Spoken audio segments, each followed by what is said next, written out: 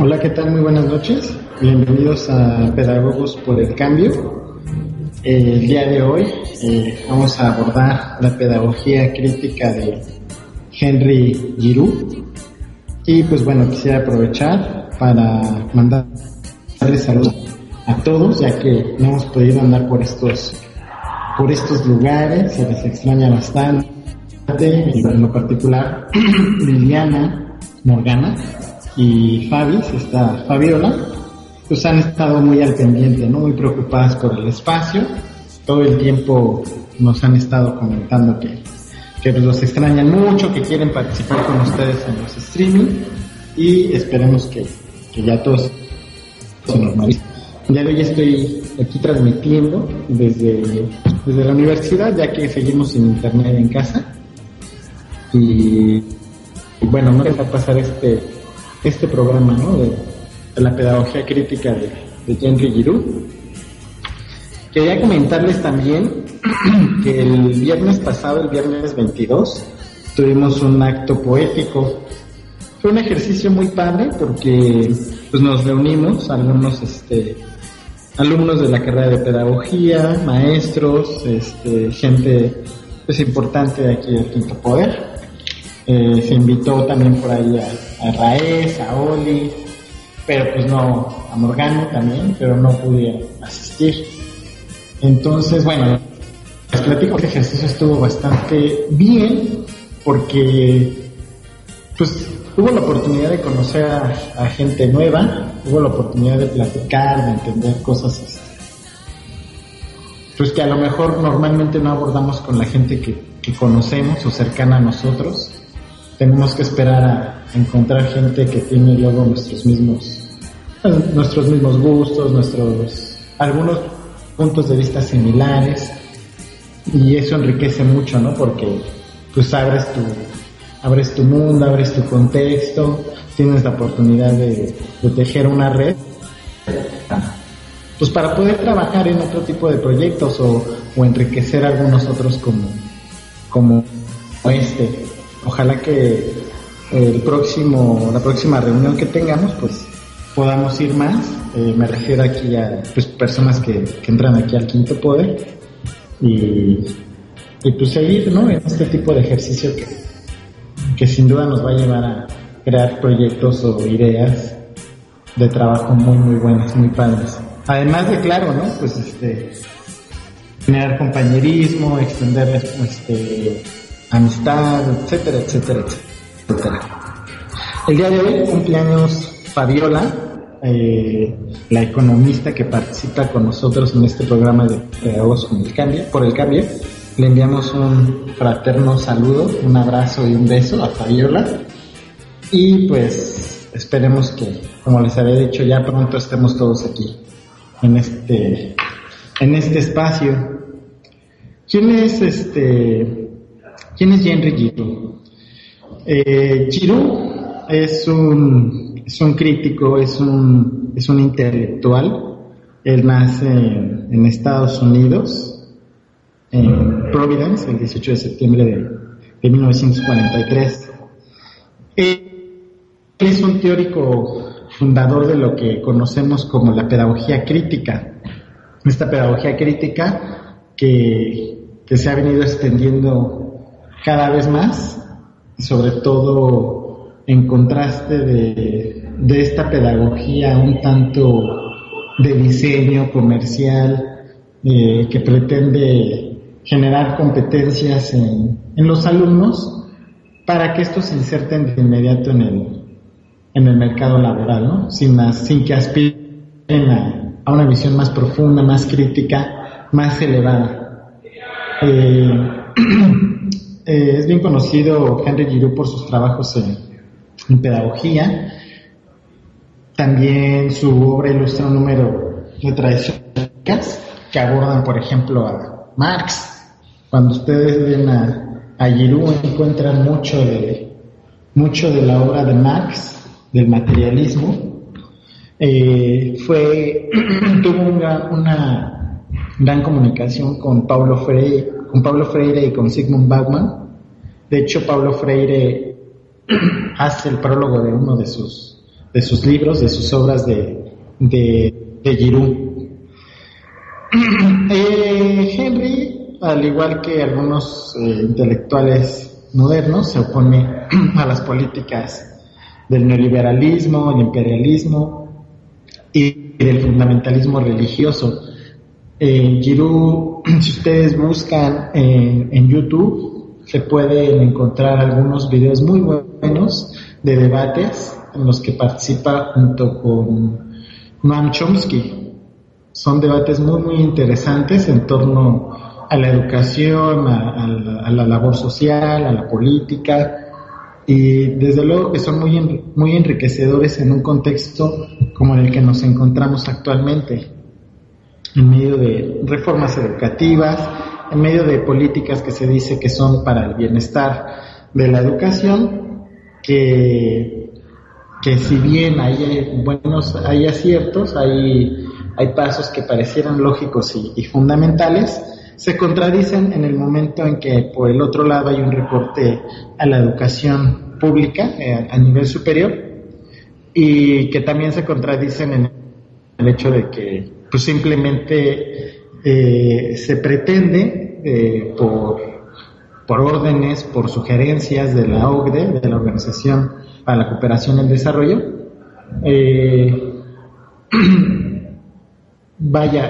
establecer la educación por competencia, que ya después volveremos a abordar ese tema.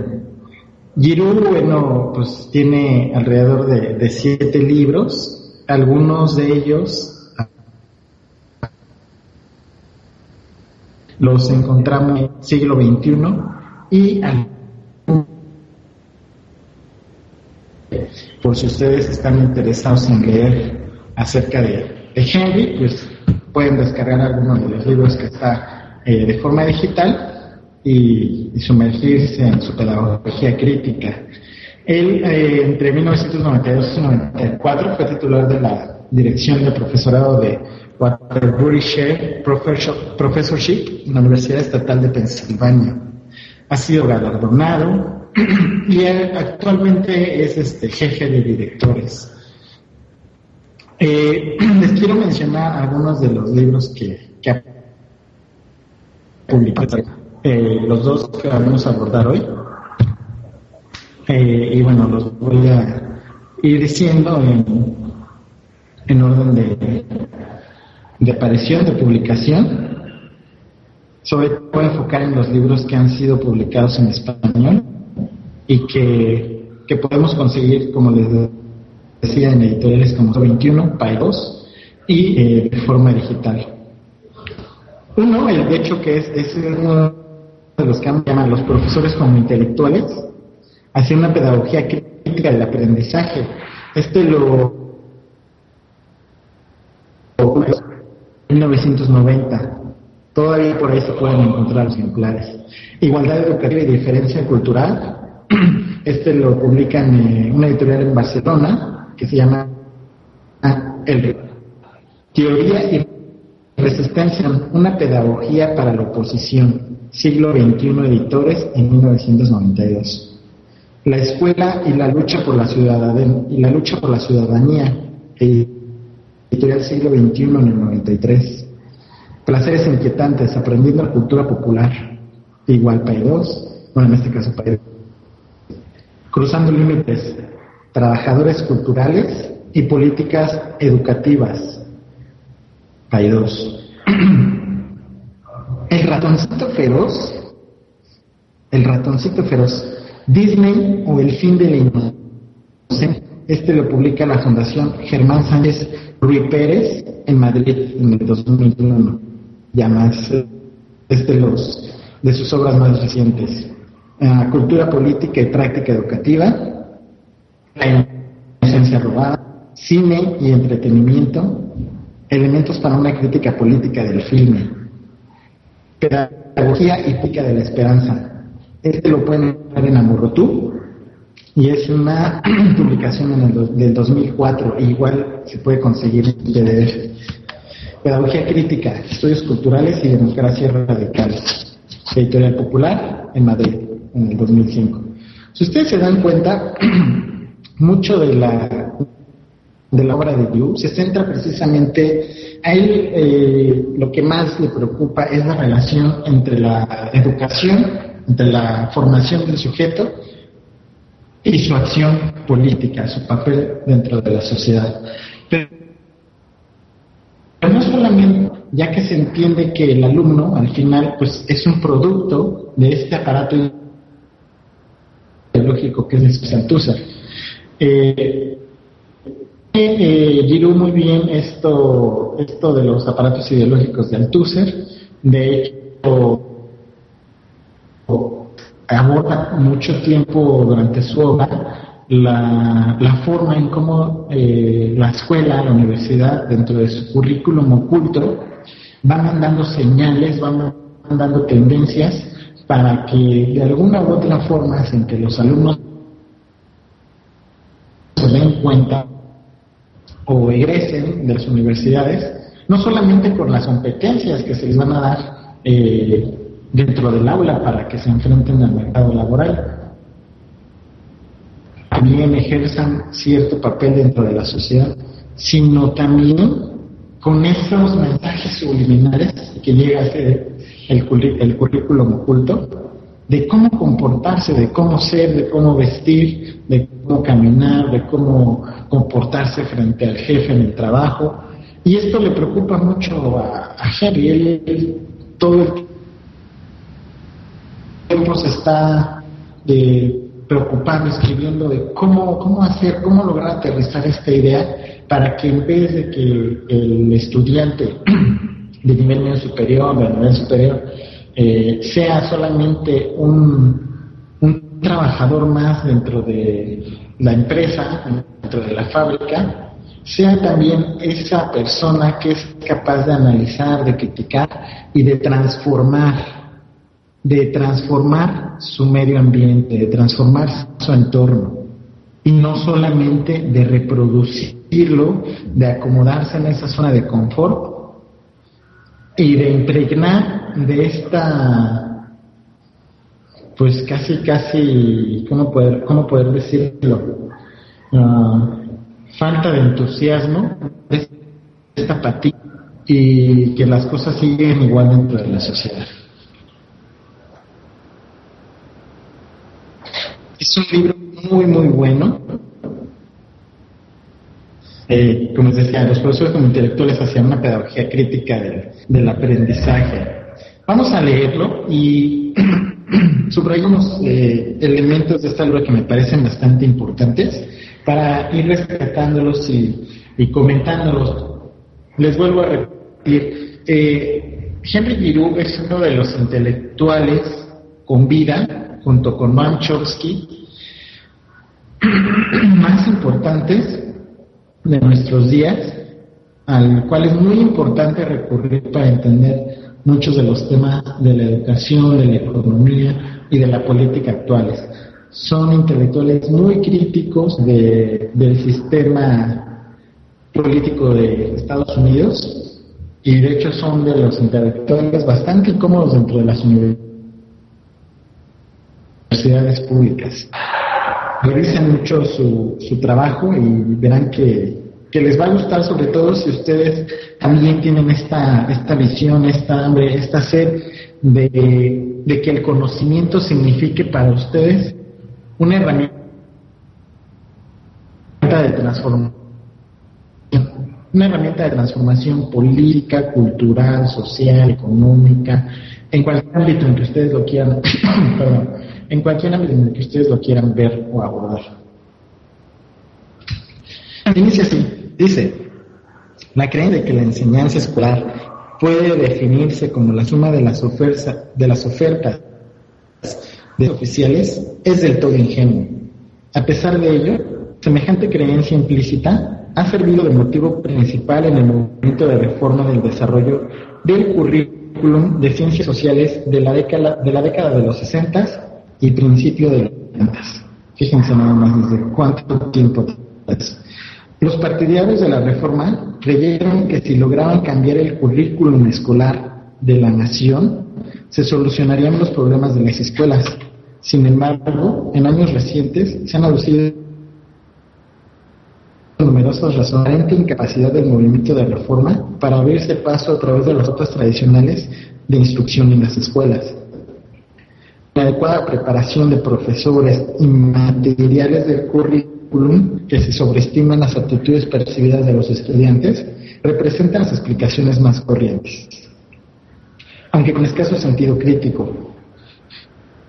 Ahora algunos de ellos apoyan de un modo igualmente ingenuo el movimiento que aboga por la vuelta a lo básico en la educación en ciencias sociales, suponiendo una vez más que nuevos materiales curriculares proporcionarán una respuesta al problema de los sociales. Préstese atención a las necesidades y capacidades cognitivas de los estudiantes, argumentan ellos, y los fallos del reciente movimiento de reforma serán superados. Es decir, ¿qué es el currículum? Es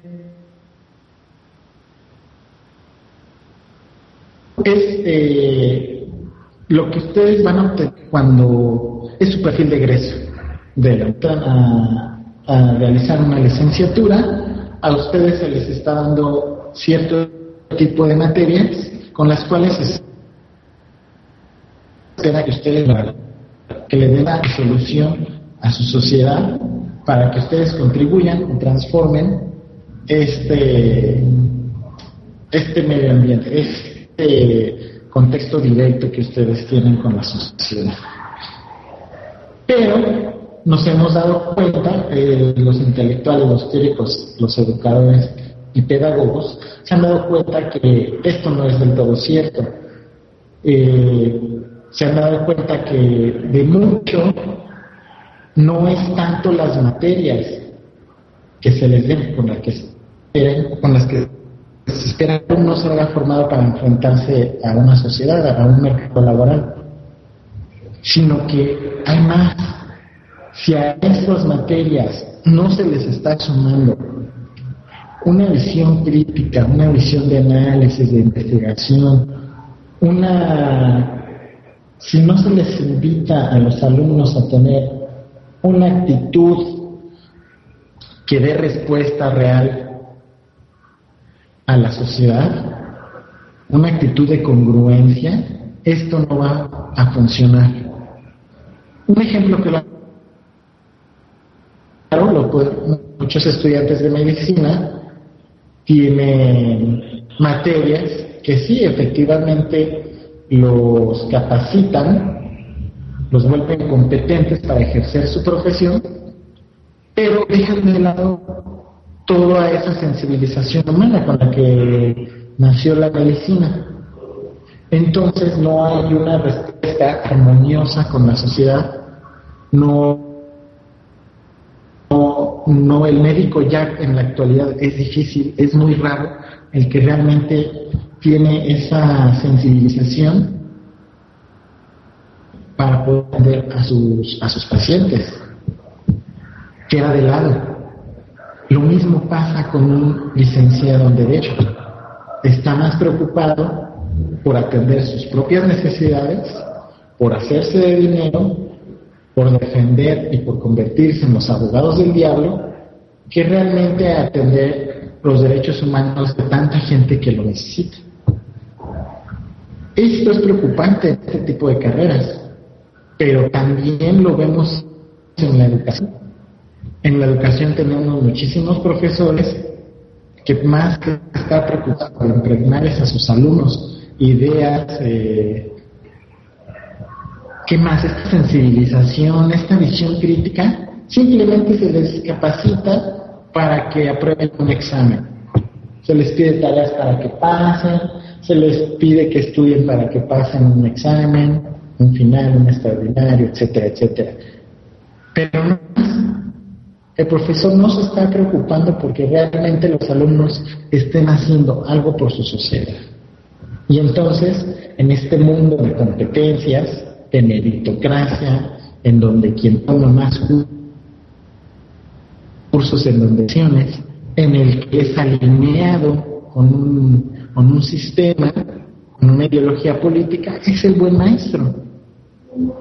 Es el que compite, es el que capacita, es el triunfador.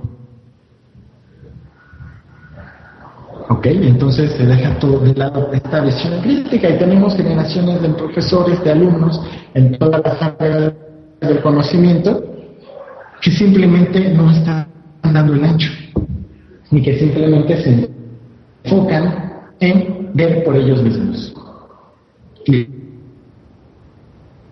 lo cual pues, tiene repercusiones muy serias en la sociedad. Dice, por desgracia, las recomendaciones se basan ampliamente en modelos educativos estructural funcional de teoría. Estructural funcional de teoría curricular que no percibe la intención de la educación social más allá de sus limitados resultados instruccionales más explícitos. Fíjense, esto es un análisis de una postura de la educación funcionalista de los 60s y 70s. Se puede decir que es el padre o el abuelo de lo que hoy conocemos como la educación por competencias.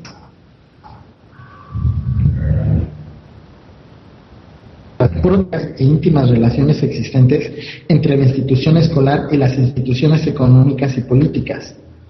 Una vez reconocida la relación entre instrucción escolar y sociedad en general, las cuestiones acerca de la naturaleza y significado de la experiencia escolar pueden contemplarse desde una perspectiva teórica capaz de iluminar la relación frecuentemente ignorada entre conocimiento escolar y control social.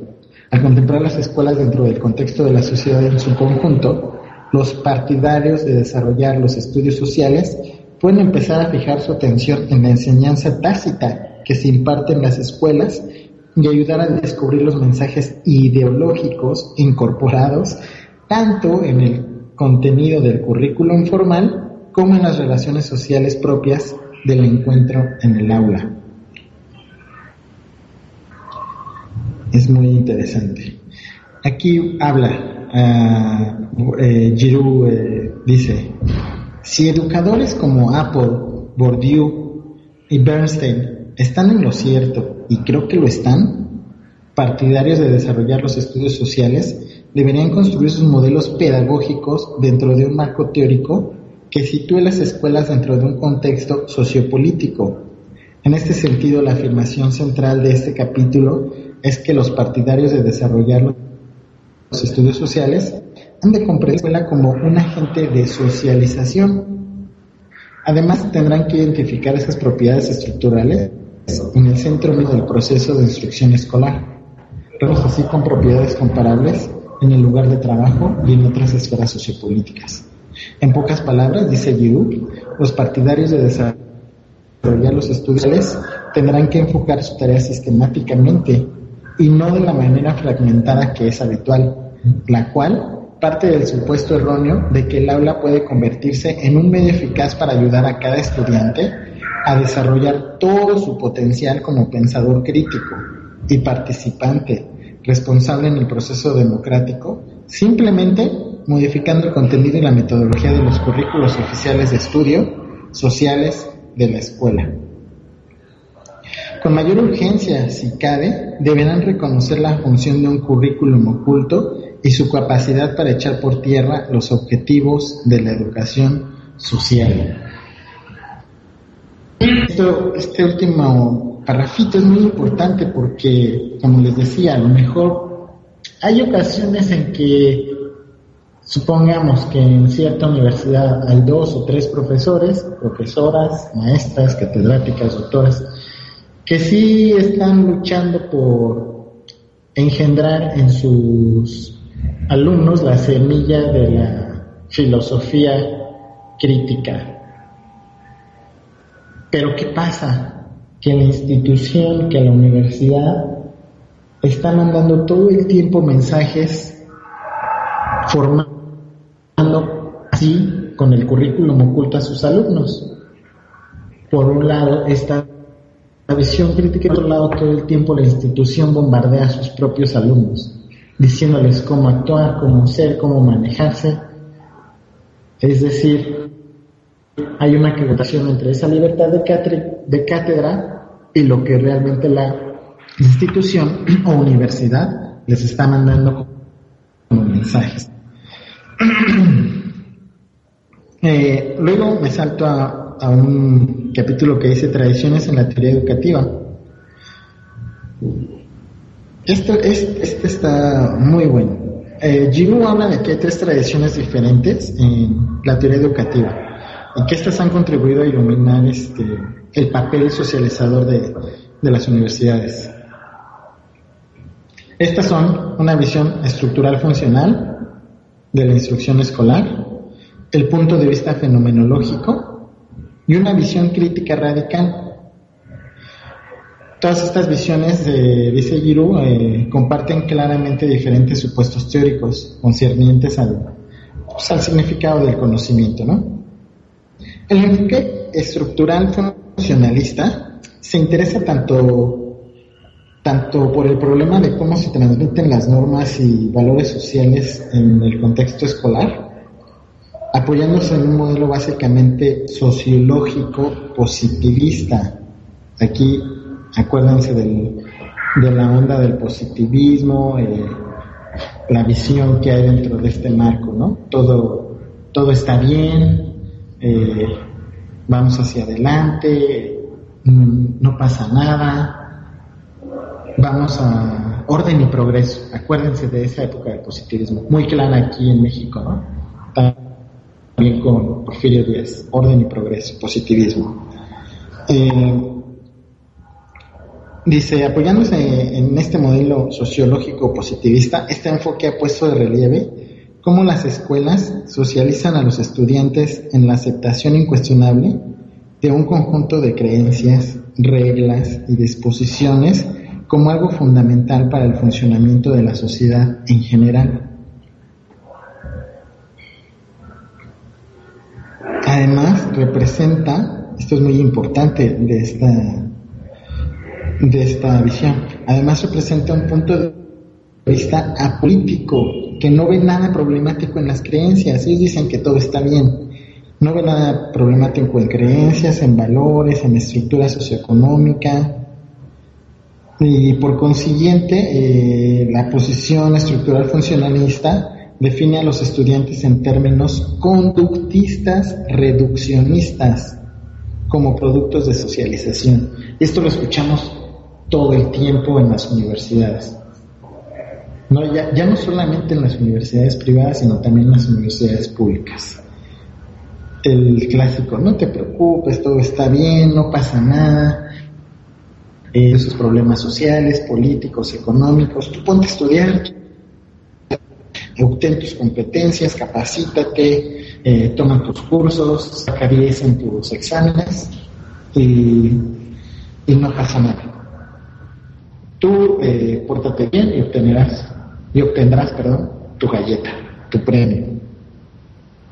La meritocracia, estamos hablando de la meritocracia, del conductismo, de esta visión reduccionista del ser humano ante su sociedad.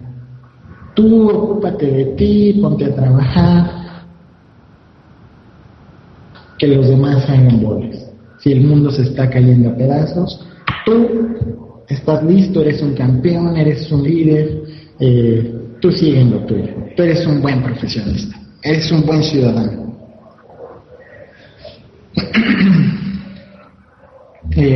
Miren aquí, coincido con Giroux, ¿no? Dice que a su vez el conocimiento es apreciado de acuerdo con su valor instrumental en el mercado. Es muy cierto.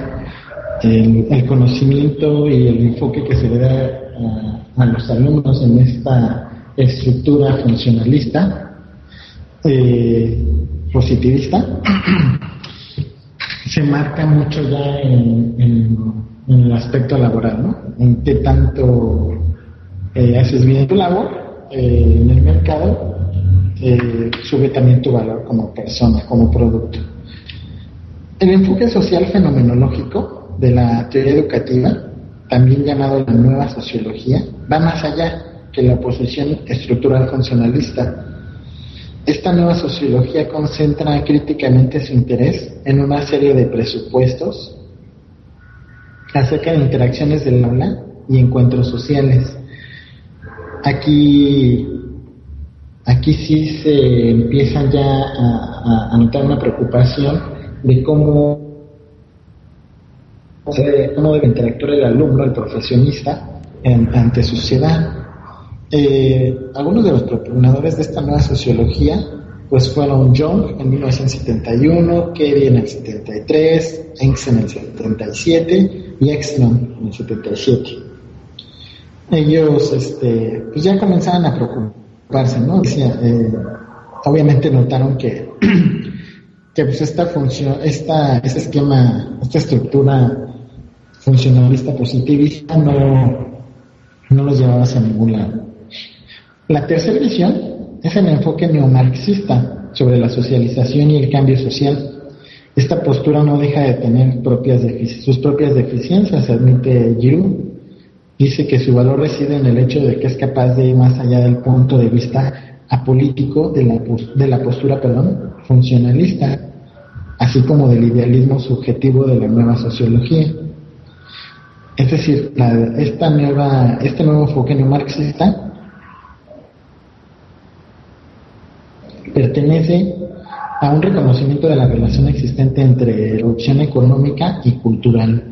Característico de esta perspectiva es la intersección de teoría ideológica y práctica social. Las escuelas son vistas como agentes de control ideológico que reproducen y mantienen la vigencia de creencias, valores y normas dominantes. Aquí se admite ya completamente cómo precisamente la escuela es uno de estos aparatos que sigue reproduciendo los esquemas de impuestos, ¿no? De los esquemas que solo benefician a un estado totalitario de valores y normas dominantes.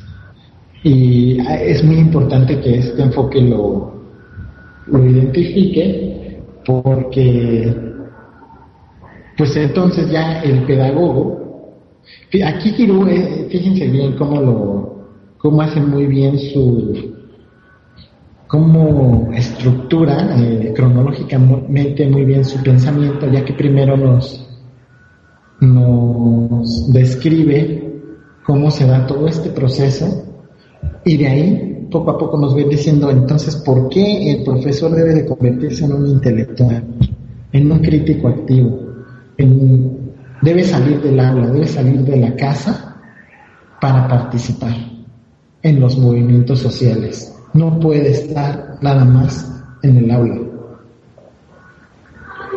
o únicamente en una trinchera específica. Su participación debe de ir más allá. Luego aquí hay una pregunta interesante. Dice, ¿deberían las escuelas formar a los jóvenes para que se adapten a la actual sociedad tal como ella es? ¿O por el contrario, tiene la escuela la misión revolucionaria de formar a jóvenes que tratarán de mejorar esa misma sociedad? Y fíjate, esto me va a encantar. La pregunta es demoledora, ¿no? ¿Deberían las escuelas formar a jóvenes para que ellos actúen en ella tal como es? ¿O tienen la misión revolucionaria de formar a esa misma sociedad? Y aquí hace un enlace, un puente con nuestro querido pedagogo, educador, del que alguna vez hablamos también con Alejandro Madrigal, no me acuerdo si fue aquí en Pedagogos o en Caja de Cuentos, Pablo Freire. Y hace referencia a Pablo Freire diciendo, dice aquí Freire, no hay nada parecido a un proceso educativo neutral. La educación o bien funciona como un instrumento utilizado para facilitar la integración de la generación más joven dentro de la lógica del sistema actual y obtener su conformidad al mismo, o bien se convierte en práctica de la libertad, este libro hermoso de Paulo Freire, de educación como práctica de la libertad, en virtud de la cual hombres y mujeres se enfrentan crítica y creadoramente con la realidad y descubren la forma de participar en la transformación de su propio mundo. Y luego ya dice Giroux, tengan una conciencia de ello, los educadores en ciencias sociales trabajan en favor de una de las dos posiciones descritas por Tyler y Freire. Hace poco, haciendo unos trabajos aquí en la universidad acerca de un análisis de la educación por competencias, un libro de competencias de la UNESCO, publicado por la UNESCO, y me surgió esa misma idea de comparar estos libros que están saliendo para formar, para educar a los jóvenes, a los más pequeños, dentro de la educación por competencias, y de cómo, por el contrario, Paulo Freire hizo su labor de alfabetización. El propósito de los dos es muy distinto.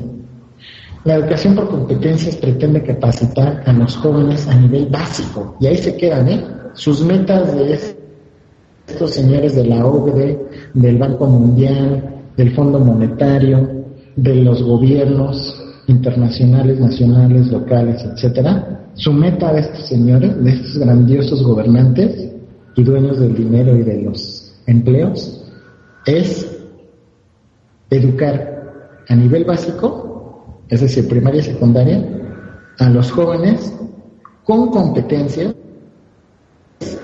para que se enfrenten al mercado laboral. Cuando, por el contrario, Paulo Freire, un hombre, tuvo la visión de educar, de alfabetizar, para que el hombre realizara la práctica de la libertad. No solamente para que fuera competente en un trabajo, sino para que fuera más allá. Para que fuera un ser humano total, que se preocupa por su sociedad, por su medio ambiente, por su entorno, por su familia, por la gente con la que está trabajando y para la que trabaja. Porque esto es lo que conduce realmente a la libertad.